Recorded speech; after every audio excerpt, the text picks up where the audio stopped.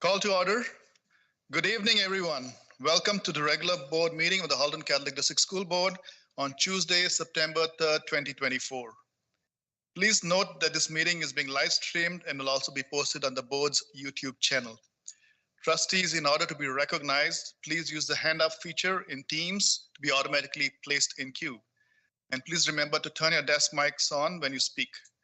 Before we begin, I want to extend a very warm welcome back to school to our students and staff. I hope you have all had a wonderful and relaxing summer with your families and loved ones. We look forward to an exciting new school year where we shall stay focused on our new multi-year strategic plan that you can see behind me, where we will work on excellence in education, which is our core competency, and provide abundant opportunities to all students to explore their God-given talents to their full potential. We pray to our loving God, Mother Mary, and all saints to bless our students, staff, and all HCDSB families as we set out to work together on this educational journey. We also would like to welcome our two new students, student trustees, Trustee Yeboah and Trustee Filbert, as you join us at this table for the first time. And we also welcome our returning trustee, Trustee McGuire. With that, we shall go on to our item 1.1, land acknowledgement, opening prayer, the Our Father and national anthem. I ask staff to please start us off with the land acknowledgement.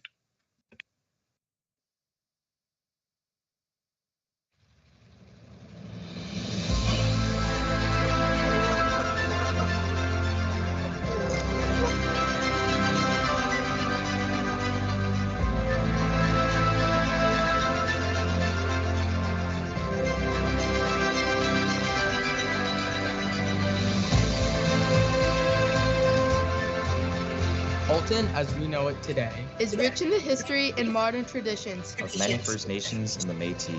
From the lands of the Anishinaabe to the Attawandaron, the Haudenosaunee, and the Métis. These lands surrounding the Great Lake are steeped in Indigenous history. As we gather today on these treaty lands, our Catholic social teachings call us in solidarity with our Indigenous brothers and sisters. To honor and respect. 4 directions. Lands, waters, plants, animals, and ancestors that walked before us. All these wonderful elements of creation exist, gifted to us by our Creator God. We acknowledge and thank the Mississaugas of the Credit First Nation for being stewards of this traditional territory.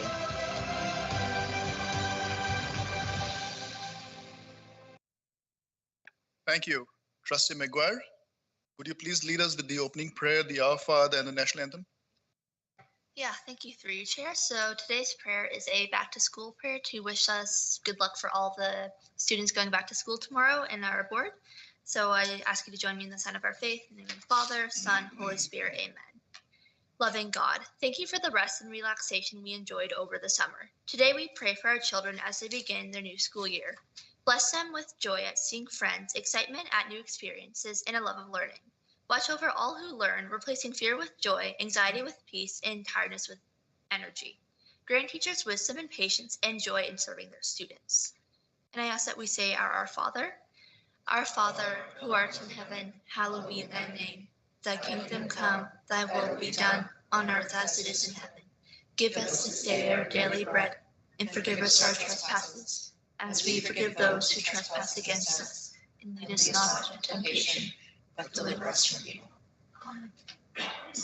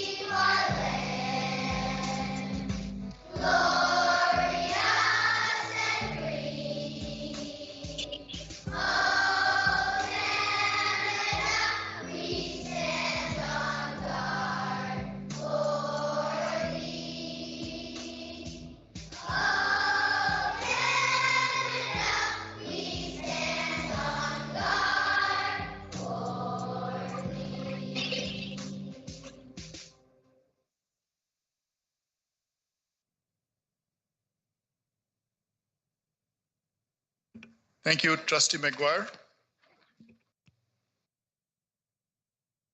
There were no motions in the in-camera session that will require a vote in the public session. Our next order of business is the agenda. Do we have any additions or deletions to the agenda, and do trustees want any items removed from the consent agenda? Seeing none, may I have a motion to approve the agenda? Looking for removal, please. Trustee Saunders. Looking for a seconder. By Vice Chair Agnew. I'll take this to a recorded vote. Trustee Kennedy. In favor. In favor. Trustee Johan Chinara. In favor. Vice Chair Agnew. In favor. Trustee Kelly. In favor. Trustee Murphy. In favor. Trustee Saunders. Favor. Trustee Filbert. In favor. Trustee McGuire. In favor. Trustee Yeboah. In favor. Trustee Carabella. In favor. Trustee Powell. Favor. We have 8 in favor, none opposed, no abstention. Motion carries. The agenda is approved. Our next order of business is declarations of conflict of interest. Are there any conflicts of interest to be declared tonight? Seeing none, we move on to our next order of business, which is presentations. We have one presentation tonight. Item 4.1, multi-year strategic plan update. Director Klein, please present the update. Thank you, Chair. I'm very excited too. Being in school affords us a few New Years. We have liturgical New Year's. We have New Year's in January the 1st, and we have a New Year when we start the school year. The beauty of New Year's is it allows us to focus on changes we want to make, recommitments to things that we have declared publicly are important to us, and the all-important starting over and looking at all things with new eyes. And here we are. And so the focus of this presentation is really to focus particularly on the multi-year strategic plan, which for trustees is really the bedrock of what they do. And I'm going to take a little while to talk about that. You can probably see, as the chair has pointed out, that we have behind us some visible reminders of what our priorities are, of what our goals are as a board. And these will hopefully not last as long as the last MYSP, but they will certainly carry us through the next 4 years where we can anchor ourselves to this work and allow us to say yes to things, and it might even allow us to say no to things, or maybe to some things, because they might not square necessarily, or would square with what we've committed to. Not only do we have these visible, I guess, touchstones for what we're doing, we have ones that are more technologically embedded, and we'll show you some of those as well. I think aesthetically, we'd all agree, as we've been through the last few months, that the work that's been done by Andrea's team and crew, particularly Rob, have been stellar, and that aesthetically this is, I think, beautiful and resonates. Certainly for those of us in our Catholic tradition, we know that symbols and signs denote much more than might come off at first. So very simply, some of this will be very familiar to you because you were here during this process. I'm going to just review the background of our MYSP, a bit of the overview on the consultation. Again, a quick look at our new multi-year strategic plan, monitoring and evaluation, and then how we connect the dots, how this connects with other operating plans we have, in particular, student achievement plan. And then something that we've, I guess, already in the flow of, that's a communications rollout, which really began a few months ago, but we want to talk to you about is how it highlights in the next few days. So the background, as you're aware, the Education Act has a few requirements, and one of them is that every board would have a multi-year strategic plan, sometimes it's called a strat plan, and that sets long-term strategic goals and priorities. In June of 2016, we had our last one. That's a long time ago, of our current MYSP, and the focus was on our student strategic plan 2016-21. This MYSP has been our guiding system, goals and objectives since then. On June the 1st of 2021, the Board of Trustees passed a motion to proceed with the hiring of an external consultant to facilitate the strategic planning process for our new MYSP. Very few boards don't do that. It's not only onerous, but there's a lot of moving parts to it. And in a region this big and this diverse, and with all sorts of moving parts, it was a wise decision. After a process, Maximum City was secured as the facilitator to guide our new MYSP development process. And you probably remember not that long ago, we had Jeff here to help guide us through that. The consultation, I've said in different settings that, and not sarcastically at all, but I think it would be very hard for someone to say in this region that they didn't feel they were consulted or didn't have the opportunity to weigh in on things. We took our time. I remember distinctly in this very room at one point, trustees thought, you know, we could probably take a better scan. I remember it was a certain community, we'll go unnamed at this point, and we did that. We sort of slowed it down, went back at it again. In particular, it was, I think, not only the community, but the students in particular. So we made sure we took another pass at that to make sure we had student voice. And you can see there that we focused on staff, parents and caregivers, students themselves, community and parish partners, and then of course, all of you trustees. And all of you made up the steering committee as well. And so we had a total of 1,800, just over that, participants. What we heard, some of these might not show up directly in the MYSP or specifically or explicitly, but I do remember being in this room again and hearing some things and seeing some things that caused a lot of nodding of heads. Because I think for trustees who've been here for a few years or more than a few years, you recognize that this does reflect the ethos and the values of this region. And top of the bill here was academic excellence. And I would put with that not only academic excellence, but expectations around academic excellence for our students and our schools and our staff within them and our community as well to support that. Catholic faith, of course, at the core of everything we do, and communication and community, etc. Those were all seen through the consultations as very key areas, themes.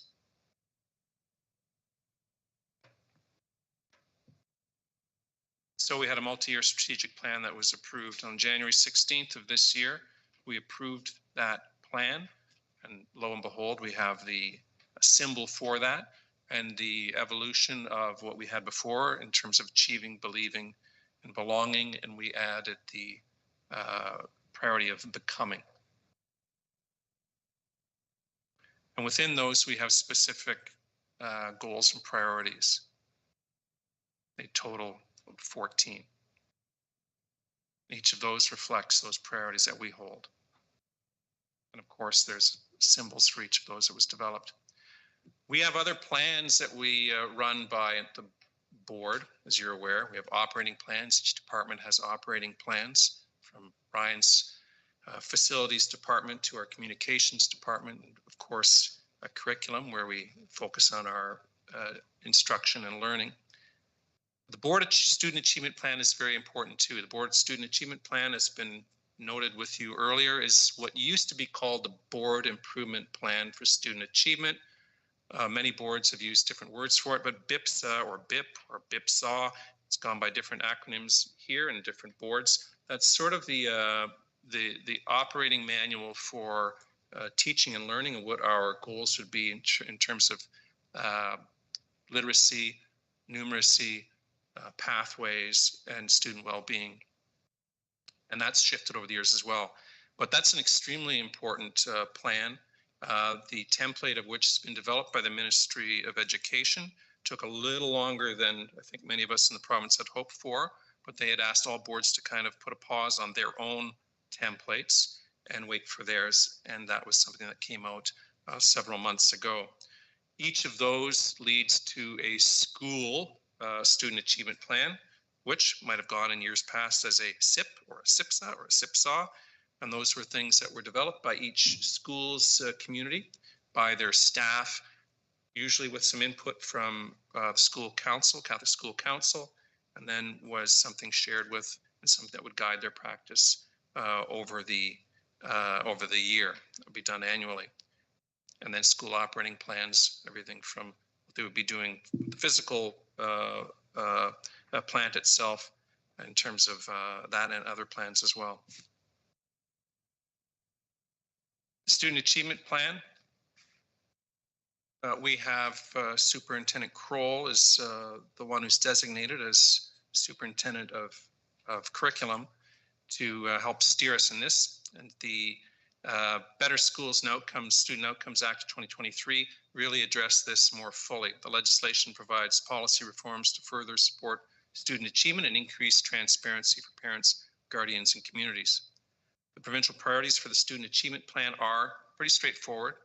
Achievement of learning outcomes in core academic skills, specifically numeracy and literacy, and specifically in certain areas of it. Preparation of students for future success, and student engagement and well-being. And school boards were required to adopt these provincial priorities over the last year.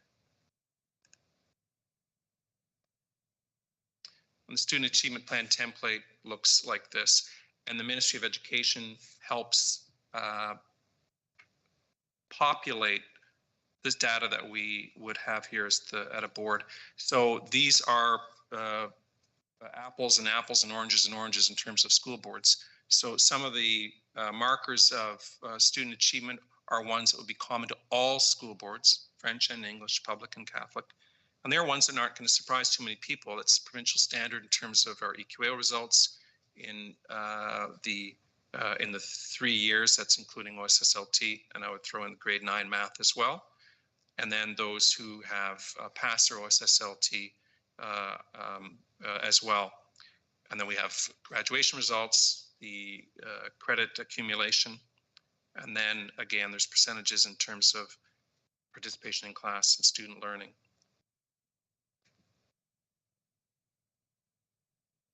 The goal is, as we go through the year, as we plan our road ahead, is to ensure that these things overlap, align, and complement one another. In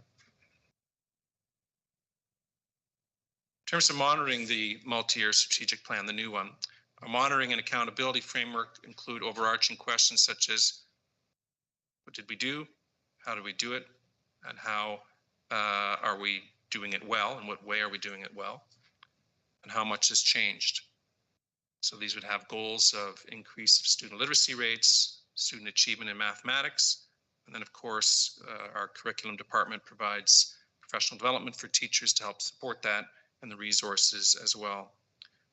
Using our action and strategic plans, we'll monitor and evaluate our objectives within the MYSP and ensure that these reports are done timely and ongoing.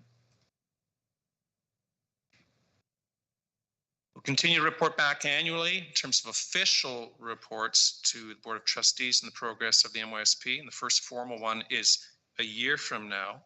However, over the course of this school year, we will continue to provide updates related to the implementation of our new MYSP. For instance, in terms of student achievement, as we gain data from student report cards and credit accumulation from EQAO results, which we would expect over the next, I don't want to set a date because it'd be folly, but usually within the early fall, that would help us in terms of getting a sense of how well we're doing. We need to back up. Communication goals. To share the new multi-year strategic plan with all key stakeholders, including a variety of communications tools and methods. To build understanding about the purpose and importance of the multi-year strategic plan through clear and consistent messaging. And to ensure school administrators have the tools and resources they need to bring the MYSP to life in their school communities. I'll pause right there.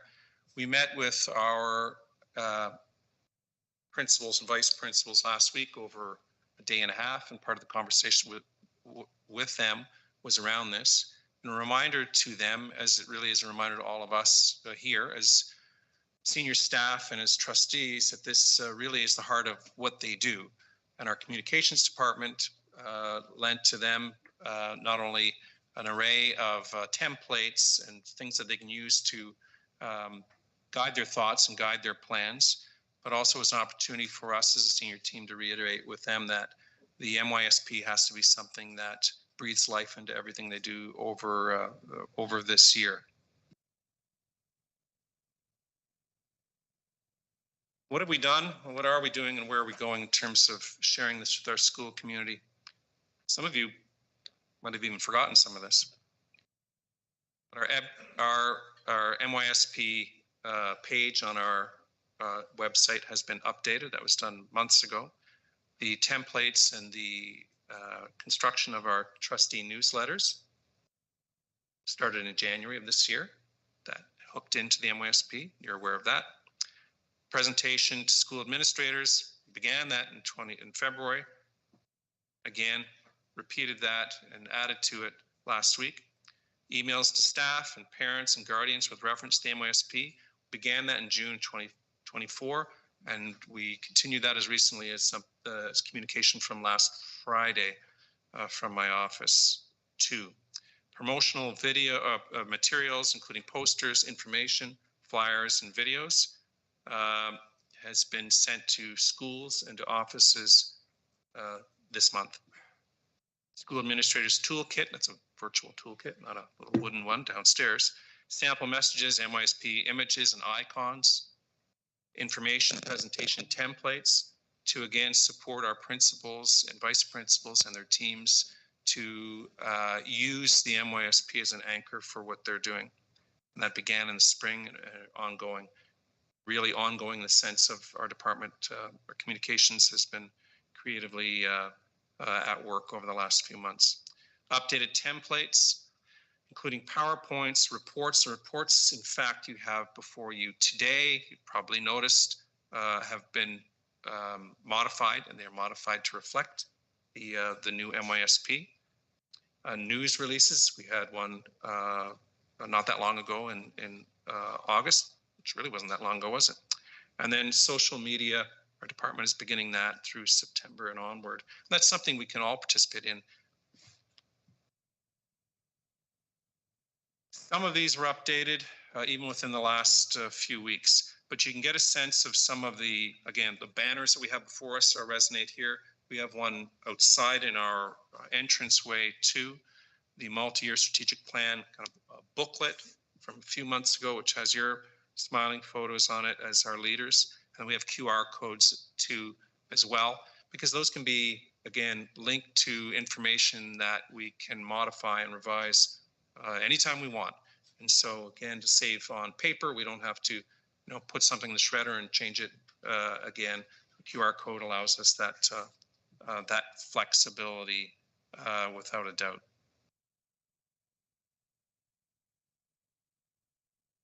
Oh, we were really hoping the sound would work on this one.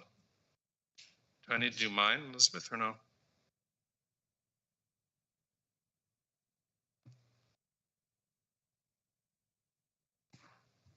We'll try and get it going, but you can see it's really just a 10-second clip.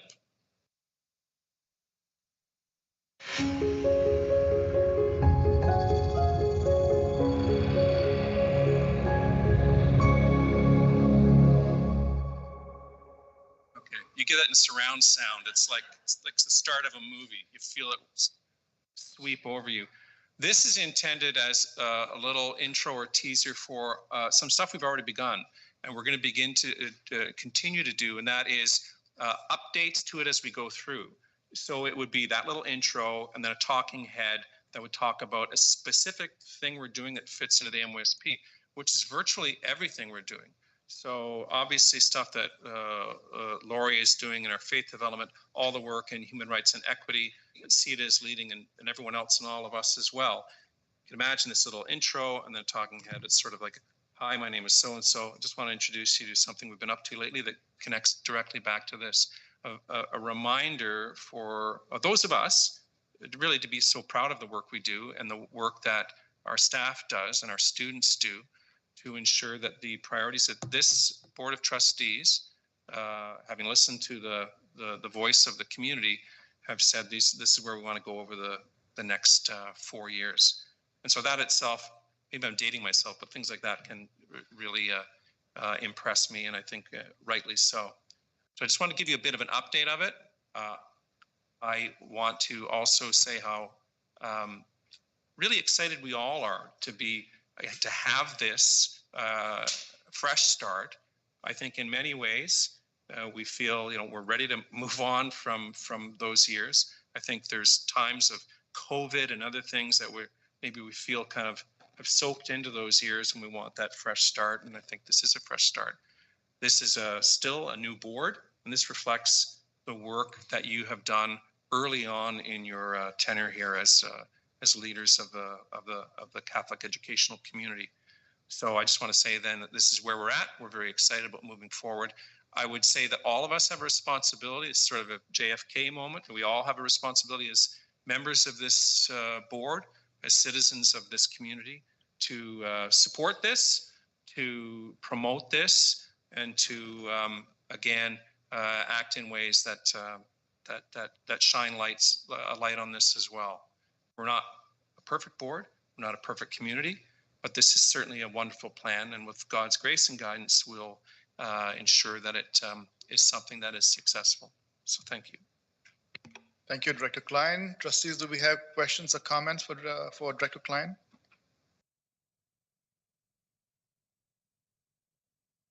Seeing none. Thank you, Director Klein, once again for presenting this update on the rollout of the multi-year strategic plan. I look forward to focusing all our conversations, discussions that we do to student success, and all our conversations should be pointing towards the multi-year strategic plan we see the back here. We look forward to the implementation, the monitoring, and the regular reports to this Board of Trustees. Thank you and the staff for the good work done on the multi-year strategic plan. With that, we shall move on. We shall skip over delegations as we do not have delegations. Next order of business is consent agenda. Item number 6. The following items have been agreed upon at the agenda approval to stay on the consent agenda. Item 6.1, 6.2. There will be a single motion to approve the action items. And there are 2 action items. There will be no discussion. There will be no discussion on the noted items as well. I will now read the motion.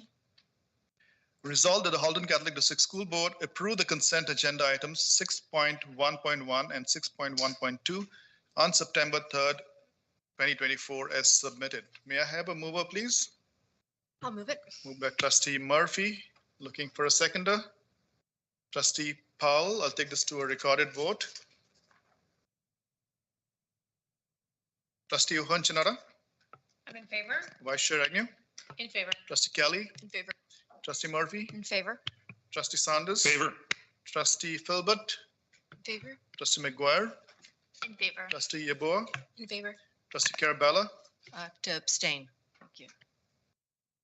Trustee Powell. In favor. Trustee Kennedy. In favor.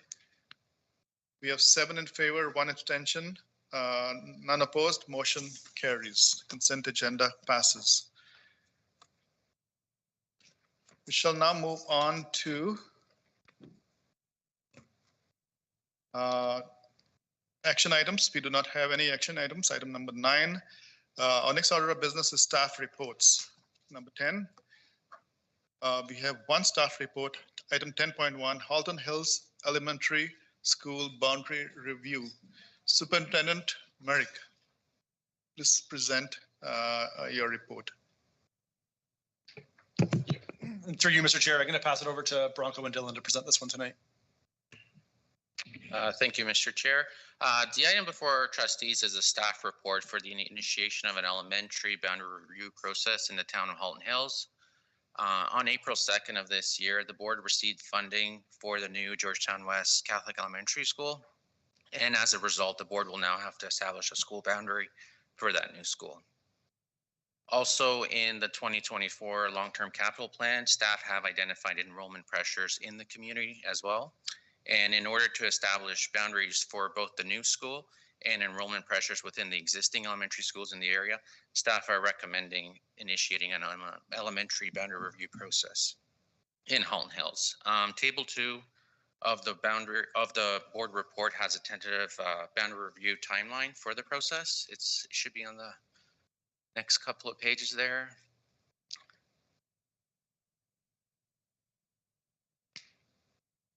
There we go. Again, this is a tentative schedule. It could change depending on how the process evolves with the community. The process will be governed by the board's approved boundary review policy and procedure, and this report will be coming back to trustees on September 17 as an action item for approval. If there are any questions, planning staff and facility staff are here. Thank you. Thank you for presenting the report. Trustees, do we have questions for Branko? Trustee Ohanchanada, Halton Hills, go ahead. So I'm super excited, as we all know. I'm not a poker player, but I have been through a boundary review before in Halton Hills, so it's a lot of work for those that have been on boundary reviews as well. The timeline, it doesn't feel too aggressive. It feels fairly natural. Do you agree with that, through you, Mr. Chair? Go ahead, Branko. Thank you, through you, Mr. Chair. The timelines is in line with the policies and procedures. It is standard, but the timeline can evolve depending on how complicated it does get. We could reduce potential meetings, we can increase meetings. So it really depends on what the community wants to look at. Trustee Ohanchanada? Yeah, just to follow up, and through you, Mr. Chair, to Branko, and you mentioned that this is just not a boundary review because of the new elementary school. It's because of the pressure in the other surrounding schools in the area, correct? Go ahead, Branko. Through you, Mr. Chair, yes, that's correct. Yeah, that's what we did last time. Okay, thank you. Thank you. Trustees, do we have any other questions? Please use the hand up feature and I will call out Trustee Saunders. You have a hand up, you have the floor. Yeah, through you, Mr. Chair. How are community members engaged? Is there an advertisement? How do people become involved in these? Go ahead, Branko. Sure. Through you, Mr. Chair. So there's two ways. There's communications that goes out. We are involved with the school council community as well. So we work with the principals, student councils, and we do post on our school planning website. So there is a lot of communication that goes out to the community as part of this process. Thank you, Trustee Saunders. Any follow-up? No? Any other trustees have questions? Trustee Kennedy, you have your hand up. You have the floor. Thank you, Mr. Chair. So just the picture of the map that we can bring on the screen, just never been through a boundary review before. So we've got housing, a road, housing, and then there's this field. Is it to move further to the left side of the page on that map? Thank you. Branko? Sorry, I don't have the report up there, but I think you're referring to the location map for Georgetown West? Yeah. Can we put up, it's on the report, right? Can we have the report up, please? This is a very exciting process, Trustee Kennedy. Very exciting. Sorry, so the location map, which is Appendix A, is just the site for the new school site. So, but this, what we're trying to do now is establish a boundary for this school and maybe potentially revise other boundaries to better balance enrollments in the community. 1 second, the report. Your next question, another question, okay.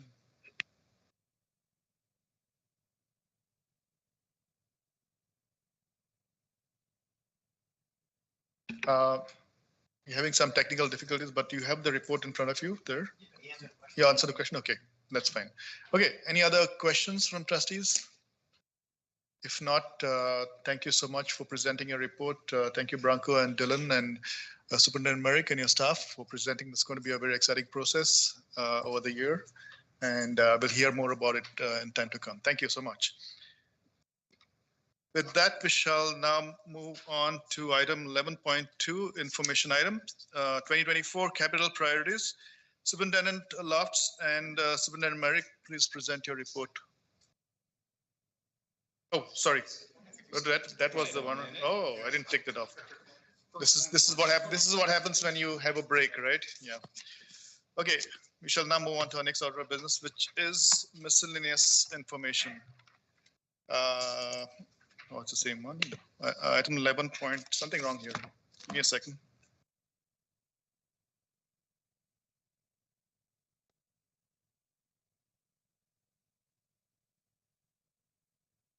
Okay, we are at 11.3.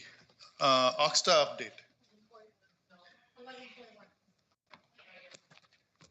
My feelings are starting to get hurt.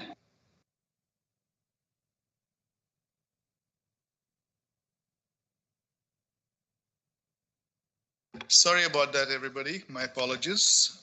We are at information items, 11.1, Director's report. Director Klein, please present your report. Thank you, Chair. Did I still have it? I do have it. Perfect. Okay, sorry. It's a great opportunity just to give a sense of where we're at with a few items of interest. One is the PA Day that unfolded today. Another one in terms of believing is our certificate in Catholic educational leadership. and belonging. We put in PPM 128. A lot of these things, when it comes to our MYSP, of course, can fall under different priorities. Believing the certificate could go under achieving, it could go under becoming, but this is the way we divided it up. So that's the beauty of the MYSP. And of course, just a reminder of some of the big days that are coming up this month, which some of which have already started. Professional activity day that we had the other day. Sometimes, again, this was posted in the middle of August for our parents, our parent community. These go through provincial priorities as well. These are not necessarily things that we just pull out of a bag of ideas, although I'm sure left to our own devices we would be able to do that. And these all, again, reflect priorities within the MYSP and provincial priorities. So focus areas that our principals were leading in their schools, whether it's high schools or secondary schools, were on, and not necessarily in this order over the day though, we're on mental health, which is a key priority of this province and of course of our board. Cell phones and vaping, which we'll dig into a little more later. And then the focus that's key into our student achievement plan, and that is literacy and mathematics, and then curriculum and student achievement. Then the elementary, a little more focus because it's more of a holistic approach in literacy and mathematics.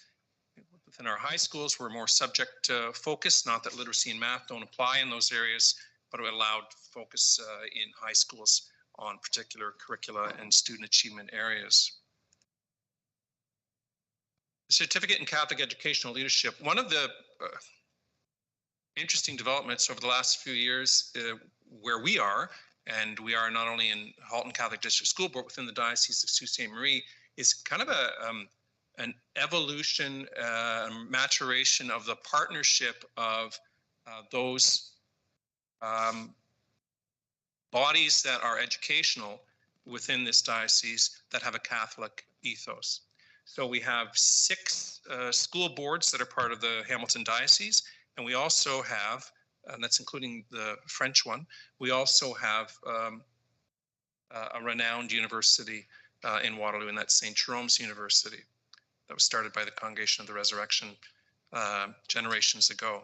And that university has really stepped forward in terms of saying, you know what, we want to be a partner with all of you and to really think of Catholic education in this diocese as a year 1 of kindergarten through to graduate and postgraduate work in the universities, where we learn and we become, whether we're in elementary school, high school, or university. And there's a beauty to that common language and that common understanding of a long-term plan for the children and the young adults and the adults that we serve. So we've responded positively to an invitation by St. Jerome's University to take part in its new Certificate of Catholic Educational Leadership program. And we have 6 participants going to that. And there are diverse participants in the sense of, we think of people being in an educational leadership program, we think of the typical, teacher, principal, or vice principal, and different portfolios abound in this board. So not everyone necessarily comes from a teaching background, but it's also a reflection that wherever you work in this board, you are also part of this tapestry and this community that ensures that we have a strong Catholic education. We're very proud and very happy with that people jumped enthusiastically on board when Lori, under her leadership, was pitching it to them. Participants will, and this is the first year of this, so some of them might come back and go, it was more than we thought it would be, and that's often in life blessedly the case. But basically, they want to develop their understanding of the tools for leadership theories, look into what it means to be a leader, theories of leadership, particularly within the faith context. And we know that within the faith context, leadership is a very different model because we have a very different master who modeled that for us. Broaden their knowledge of salient or relevant issues in Catholic leadership, reflect and discern, of course, the key word in our faith, in the context of experience outside of their particular domain. So you might be a teacher, you might be maybe engaging with others who aren't necessarily in that profession. You might be someone who's in planning department or health and safety, but you might be working more with teachers and educators.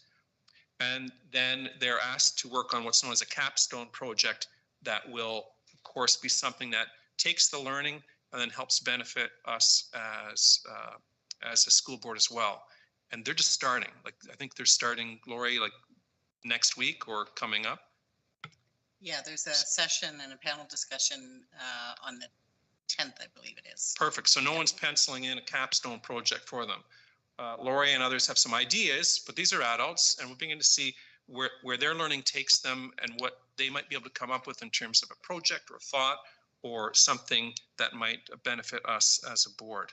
And it won't be too onerous because we want to have people join the next year. We want them to not hear stories of being taken advantage of. So we're excited about that.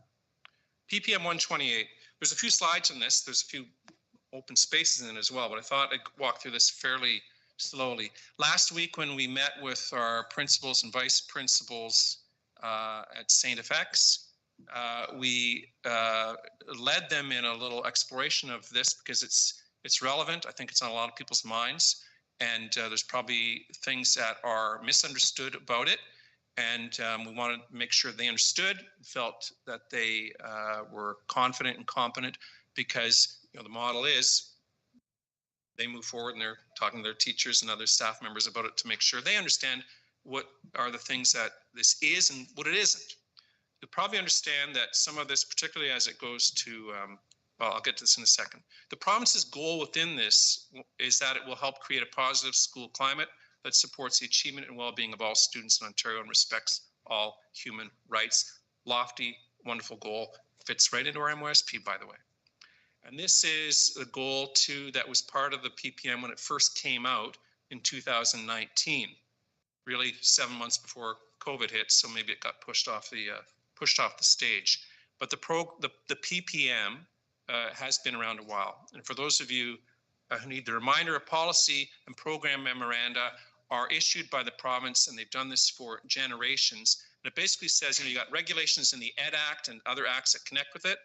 These are next in terms of hierarchy of importance, and they are de facto legal edicts. And then what boards often do with them is sometimes they take them verbatim and cut and paste them into some type of policy or some type of protocol, and sometimes they might tweak them at all. Some of these PPMs go back many years, and they would have ensured that we have full access for students with exceptionalities to schools. Some of them are revolutionary, but this is what they do every so often. This was just tweaked when it came to the spring of this year. I think that's important to know, that this board already had some policies and practices in place that did address PPM 128. So when you hear, I hear they're doing this with PPM 128, yeah, kind of, but it was already there. So this is really shades of nuance and shades of making it more of a reality.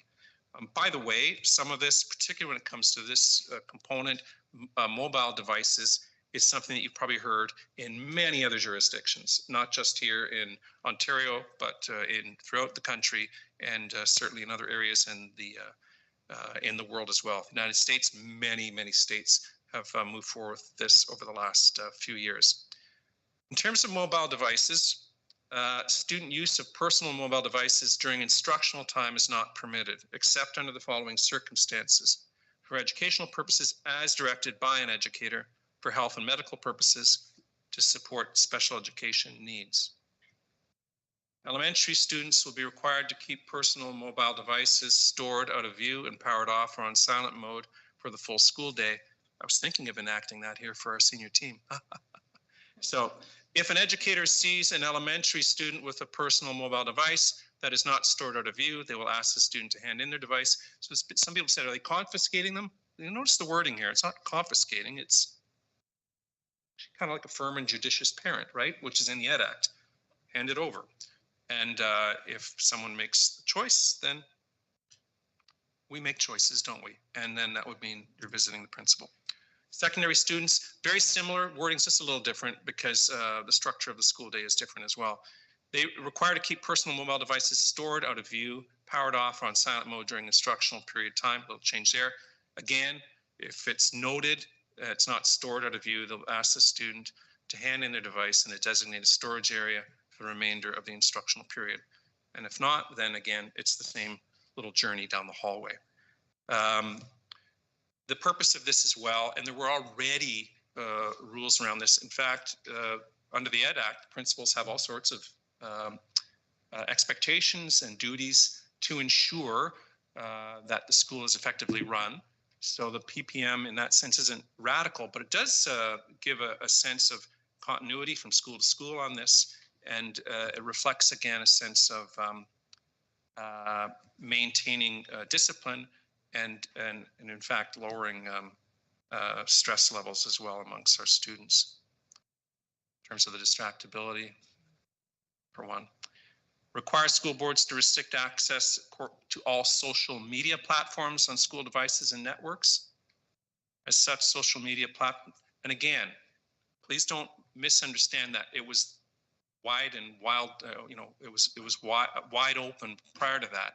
But again, it does, from the PPM's point of view, address that it didn't necessarily before, so tightening up. Social media platforms will only be used by students at school for educational purposes as directed by an educator and in accordance with HCDSB protocols. Also, this directs school boards to set out enforcement mechanisms to address the possession, use, and provision of tobacco, nicotine products, electronic cigarettes, otherwise known as vaping, recreational cannabis, alcohol, and illegal drugs. We always had that. So again, you already know that it wasn't for this. It was, wow, anything went. No, but the language tightened up around it. Not a lot of work to do. I'm looking over at Superintendent Bakaich, because in terms of the wording, the phrasing, and the construction of our policies, she's the go-to person. That's her gift and passion. Not a lot needed to be tightened up on in terms of what we already had in place with regard to that as well. And those were and are reflected in the policies that are highlighted there as well, and procedures.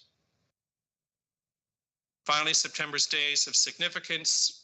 We've already passed one of them. We're heading into our first day. But again, these were noted for you before. And some of these, we don't have the color coding on them like I had in the other report. But some of these, of course, are ones where we would have our schools participate in a more fulsome way as well. Like the first day of fall, not necessarily a huge day in terms of our children coming home, but International Day of Peace in terms of National Day for Truth and Reconciliation, extremely important days because they not only reflect our MYSP, but they are, for those of us in Catholic schools, I don't think I need to remind us, they are part of trying to move forward from a legacy that isn't necessarily one of light and of pride. So if there are any questions, I'd be more than happy to entertain them. Thank you, Director Klein. At this point in time, trustees, please put your hand up if you would like to ask questions or comments, have comments with Director Klein. We have a speakers list. On the speakers list, Vice Chair Agnew, you have your hand up. You have the floor. Thank you, and through you, Mr. Chair. Just a question. I know there's been a lot of emails that have been going out to families and students with respect to reminders, updates, things like that you just mentioned, Director Klein. I've had a couple of families reach out to me about one question in particular, and it's around the consumption of food in the school being restricted to the cafeteria only, not allowing it for in atriums, classrooms, things like that. So I'm wondering, A, is that a board-wide restriction? And if so, I think it warrants some discussion because the cafeteria is not a safe place for all students. Director Klein. Sure. Thank you, Vice Chair, and thank you, Chair. I don't know if anybody on the team has anything to say. I would first of all, and I'm not telling you anything you don't know already, would ask that parent to contact the school and address that and see if there's anything there. And if someone is saying, well, it's a board policy, I'd like to know about that. Or the superintendent, I'm sure, would be the next person in line to know about that. But I think the first opportunity would be to kind of seek to understand and what that is. Is it, again, is it one person? Is it the school itself saying it? I'm not aware of any schools doing that. I'm certainly not aware of any policy we would have here that would be reflected in that. Could we get clarity on that? I actually have an email, and I don't want to read the email out, but I do have an email, and I'm just wondering for clarity. I've been asked to ask the question, Director Klein, and respectfully, I have noted, as usual, to follow policy, to have parents make the inquiry with the principal. The inquiry has come from a number of parents, and I'm just trying to understand if this is a board policy, because as I stated, the cafeteria is not a safe place for all students. They should have the ability to eat or consume food. I know kids like to eat in the atrium. There are kids who actually go into the classroom, to the guidance room, other things like that at lunchtime. There's kids who eat under the stairwell, as sad as that is. So I do think that if this is I'm sure someone here can answer if this is a school only or if this is a board initiative. I'd like to understand that. Director Klein? Yeah, I don't think we have a fulsome answer right now. I'm not aware of any policy that would support that or promote that. I'm sorry. That's fine. Happy to send the email, and then you can all take a look at it, and maybe you can clarify for me if that's school by school or if that is at number of schools, because if it is a board directive, then I do think it should be addressed and reconsidered. Thank you. Can I ask has the parent addressed that with the school? Well, it's kind of difficult to get a hold of anybody at a school right now. So they have not. It is an email that has come with a lot of information to parents, but it's stated along with a number of other things like cell phone use, like tobacco use. It's there embedded in a back to school, welcome to back to school email. And so again, it's difficult, but when I get an inquiry from more than a handful of people, I wanted to ask the question. Thanks. Thank you. Director Vice Chair, follow-up question? That was your first question. No, that's fine. Thank you. Okay, thank you. Next up, Trustee Ohanchanada. Thank you. Through you, Mr. Chair, to Director Klein. Just curious about the vaping. I had read that the ministry is going to put millions of dollars into all of the school boards for vaping detectors, and I'm kind of interested in what that would be. Director Klein. I know that was. Thank you, Chair, and thank you, Trustee. I'm going to look over at two people. One is Superintendent Merrick and Superintendent Pakaich. I know this is a conversation. The ministry has certainly assisted in terms of giving us some assistance in terms of education, because part of this is education. There needs to be education with students on it, and it comes up in our curricula, health for one, but also they have talked about some of these devices. I have a memory of some not quite as advertised results for some of the detectors, but I'm not sure if Superintendent Merrick has any more to add. Through you, Mr. Chair. We haven't received all the details of it yet, as far as how much. I did see kind of it was more in the tech paper of when they released the budget on things it would cover. It wasn't just vape detectors, it was security cameras, door access systems, lots of things. And it was a very small, I think, like when we mapped it out, we haven't actually seen the final amount yet, but when we mapped out what our cut should be, it was probably around 100,000. Like it wasn't a lot of money when you map it out across, 60 odd buildings. And even if you did it just in the high schools, it's, it's 10 buildings then. So we're still waiting to hear more details on the transfer payment agreement on what that actually entails before we look at, what we can spend that money on. We did do a pilot in the last year in one of our schools where actually the school funded looking at vape detectors. It didn't go well. They didn't survive very long in the school. So there's challenges around rolling that out, especially with the limited funds that we see, but we're hopeful that we're going to have some funds coming through and we'll be able to use those in some way and maybe do a more fulsome pilot and hopefully learn from the first one and get something that works. Thank you. Trustee Ohanchanada, your follow-up? No, and thank you to Director Klein, to Superintendent Merrick. I figured when that piece of that pie was divvied up by all the school boards, it wouldn't be a lot of money, because there are things like VESDA, very early smoke detector units, that are millions of dollars, not thousands of dollars. So, okay, thank you. Thank you, Trustee Ohanchanada. Up next, Trustee McGuire. Yeah, thank you through you, Chair. Thank you, Director Klein, for your report tonight. It was awesome as usual. I just had a question about the new expectations for cell phone usage and stuff, just because I've had students talk to me about it. I'm just wondering how we're communicating these new expectations to students. I know some boards have new posters that they put around school and stuff, just because a lot of students have heard about the cell phone bans, but they don't necessarily understand specifically what they need to do to make sure that they're in compliance and they're not causing trouble for teachers and everything. So, yeah. Director Klein? Thank you. Good question. And tomorrow's the first day of school, right? So I can start off by saying that this has been something that's been communicated really clearly to, again, it sounds like a cascade, right? Principals and vice principals, and then staff over today and previously just through communication. This was something that with our communications department, we sent out last Friday, seems like a long time ago, Friday, to the community, but we wouldn't necessarily expect that, you know, the average 16-year-old is reading those communiques. The next steps I would assume would be coming from the schools themselves, and I know they are on the websites. They have, from what I've seen, they have been communicated in those ways. I'm not sure if the team has any other strategies or that we know are already in place at those schools. Superintendent Kroll? Yeah, it would be common practice at all of our schools to have divisional or grade assemblies where administrators would review any new rules or policy implementation. So I could assume that students would have a chance to experience those in the next day or two as well. Thank you. Trustee McGuire? Any other staff wants to comment? No, I think we're good. Good. Trustee McGuire, follow up? No follow-up. Okay. Thank you so much, Ryan. Thank you. Up next is Trustee Murphy. Trustee Murphy, you have the floor. Thank you, and through you, Mr. Chair. I had a question about the Catholic Leadership Certification. It said at the bottom that 6 individuals were sent to participate, and I had a question around how they were selected or what kind of individuals were sent. Director Klein? Only the best and the brightest were selected, but I think the selection was in May, June.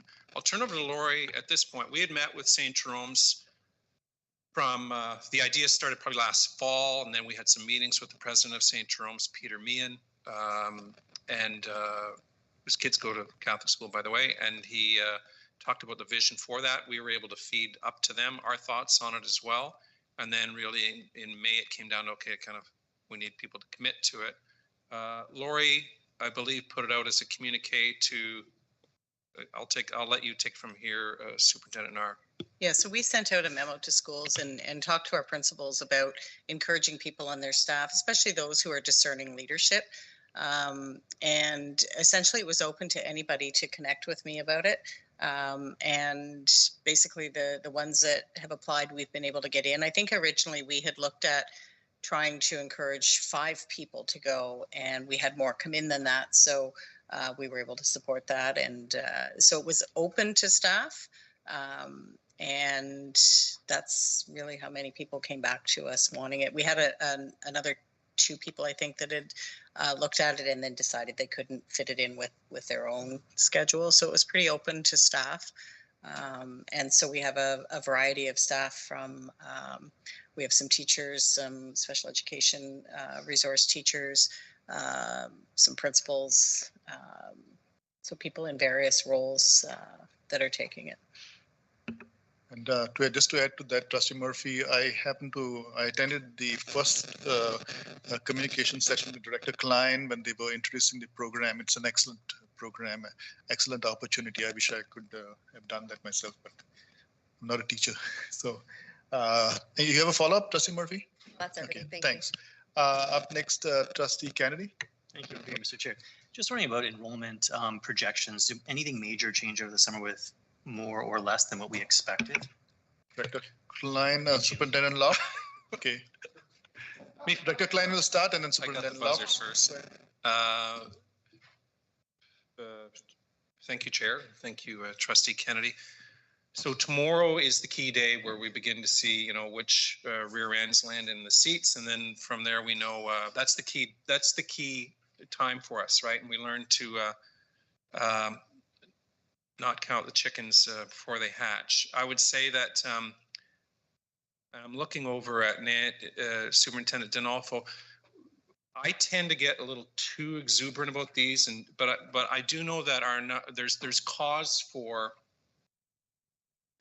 optimism, but also I would say it's we're going in the right direction.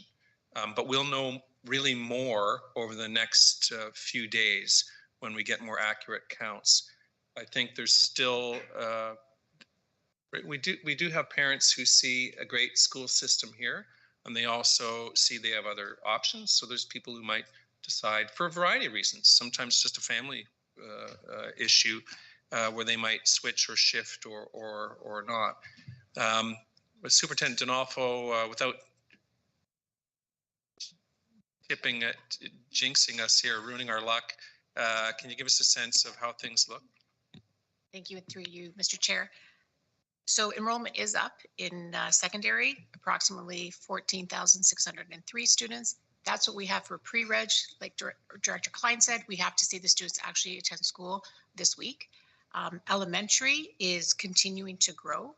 Today's count, but again, is pre-reg. We have to make sure they all show up, is 22,024. So just a little bit off of where we were as we ended last year. So that's good. The good news story is around our year one kindergarten. So right now we're sitting with 60 students higher than we ended last year, which is very encouraging. And grade one, we're also seeing a lot of students come back to us for grade, or start with us in grade one, because maybe they did year one and year two of kindergarten in a private setting or another setting, but coming to us for grade one. So it's all looking good, but we need to see the whites of the eyes this week. Trustee Kennedy, follow up. No, that's great. Just wondering, and then did the June 30th reports for June that just passed, the class size for secondary, will that be posted on our website shortly? I will bring that to the chair once we have that full report, along with once we have the class size report like we did last year, and then it will post it on the website. Thank you. Any further questions? No. Thank you, Director Klein, for your presentation, for your report, and we look forward to a great year. With that, we shall now move on to item 11.2, 2024 capital priorities. Superintendent Luft, Superintendent Merrick, please present your report. I'll take that one, Mr. Chair. And through you, we present tonight the 2024-2025 capital priorities program. Back in July of this year, the ministry announced the launch of the 2024-2025 capital priorities program, which is a call for school boards to submit future capital projects. And the ask from the ministry was that the request be submitted by September 16th, so just a few days away. And their focus for this year, it was last year as well, but especially noted in their memo that they really want shovel-ready projects, so projects that boards can execute quickly and effectively get in the ground within the first year after approval. So we focused our efforts on identifying projects that we have in the queue where we know we're going to see growth needs that we can execute quickly. So our list for this year for our 2024-2025 submission, and we have 3 projects on the list, and you have them on your screen there. First up being the North Oakville Catholic Secondary School number 1. So this would be our first, our 4th high school in Oakville, our first north of Dundas, to accommodate the growth up there. We know that in Oakville, Loyola and STA are pretty much right at capacity right now, and Holy Trinity is quite a bit over capacity, about 125, 130% utilization. So we know we need some additional pupil accommodations at the secondary panel in Oakville, and we targeted a September 2029 opening. I know it seems a ways out, September 2029, but when you factor in, we don't have land for it yet. You get at least maybe a year to 2 years for design and approvals, and then about a 3-year build on that. 2029 will come very quickly, and it'll still be a push to get it in for 2029 for that project. Second on the list, we have an addition for Our Lady of Victory Elementary School in Milton. This would be adding some school space to accommodate some growth and some new builds in northwest Milton, as well as some additional spec ed accommodations there in the school. That's one of our only older schools that we have in Milton. But also looking at a childcare center there. With it being an addition and already an existing site, we could do it a little bit quicker. So targeting a September 2027 opening on that one. Then the third priority would be North Oakville number 3. We just opened, or we will open up North Oakville number 4 school tomorrow. but targeting our next elementary school in Oakville, north of Dundas Street. And that would be also with a childcare center. And there we could target an opening date of September 2028. So we try to keep our list very concise. We know that they're looking only at shovel-ready projects, so we only looked at ones that we could effectively get in the ground very quickly. In the past, the ministry's asked us to submit, or we've submitted a longer list, knowing that some of the projects are a little bit further out and kind of putting them on the ministry's radar. They've asked now that we only submit projects that are shovel-ready, and they'll use our long-term capital plan to identify projects that are further down the road. So there you have our list of 3 projects. We would expect to hear back from the ministry in spring 2025. They've targeted. We know that can vary depending on the timelines of their approval process and their own internal processes. But they're right now earmarking spring 2025 for approvals. And I know we had booked a special board meeting next week to approve this list. We did confirm with the ministry staff that there's no board approval necessary for this. So it just needs to be, they requested that we inform our board of the list. We can definitely talk about it here tonight, but there is no board approval needed.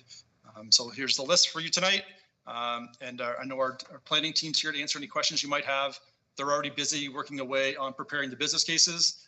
The business cases are extremely lengthy now. They used to be a fairly kind of high level business case. They are very, very detailed now. So we've been doing that work over most of the summer and are anxious to submit our list on the September 16th deadline. But have to take any questions that trustees might have on the project submissions for the 2024-2025 program. Thank you, Superintendent Merrick. Trustees, if you have questions, please put your hand up. Trustee Saunders, you have your hand up. Yeah, through you, Chair. I'm just wondering, I got some calls from parents. They seem to believe that the school is going to be in like the high school on Burnham Thorpe 6th line. Is there like a general allocation from the contractor saying this is kind of the area it's going to be in? And then for the smaller school, they're telling me Burnham Thorpe and 9th line. Is that sort of? Thank you. Branko? Through you, Mr. Chair. So what Ryan was saying initially, we don't have the land yet, but the general area where it's going to be west of Trafalgar Road, north of Dundas. Thank you. Yeah. Thank you. Do you have I can add to that. Go ahead. No, it's you're through you, Mr. Chair. It is definitely a big area, but we are dealing with massive plans of subdivision too. So I mean, the reason it's very complicated to determine the exact area right now is there's a lot of things in play. The developers need to look at where their stormwater management is going to go, where their residential housing, where their density is going to go, where the parks are going to go. So it's kind of like a floating plan right now. So. Thank you. Go ahead. Your follow-up? Just follow-up, sorry, through you. Is the public school, where are they in this process? Have they identified land, or are they still kind of where we are? Go ahead, Branko. Through you, Mr. Chair. So they have land. Their secondary school is further along, but they are northeast of Trafalgar and Dundas. So they're on the other side of Trafalgar Road. Thank you. 6th line in Burnham Thorpe. Trustees, any further questions? Yeah, so no further questions. Thank you, Branko. Thank you, Dylan. Thank you, Superintendent Merrick, for presenting this. And as we heard, there is no need for a special board meeting. So we will send a notification to trustees later today. With that, we shall now move on to item 11.3. So 11.3 is Oxta update. Trustee Ohan Chanada, do you have a verbal report?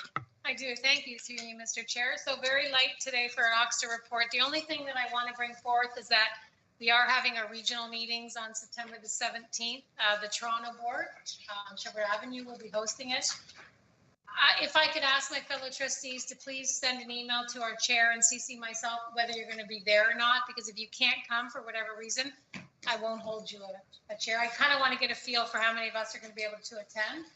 I strongly recommend, if you can, because it's a nice smaller group with the larger boards where we can discuss all these changes that are coming at us from a trustee lens. So September the 17th at the Toronto District School Board, Catholic.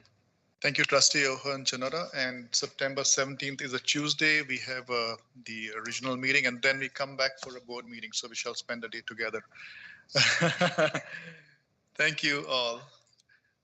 With that, we shall move on to our next order of business is open question period, number 13. Director Klein, have any questions been submitted for tonight? Chair, no. Thank you, Director Klein. Item number 14 is in camera. We do not have to go in camera. Resolution regarding absentees, number 15. We have all trustees present today, and we shall move on to our final order of business, which is adjournment and closing prayer. May I have a motion to adjourn? I'll move it, Chair. Trustee Carabella moves, and Trustee Murphy seconds. All in favor? Anybody opposed? Seeing none, motion carries. We are now adjourned. May I, Trustee Kennedy, please lead us in the closing prayer? In the name of the Father, Son, Holy Spirit, amen.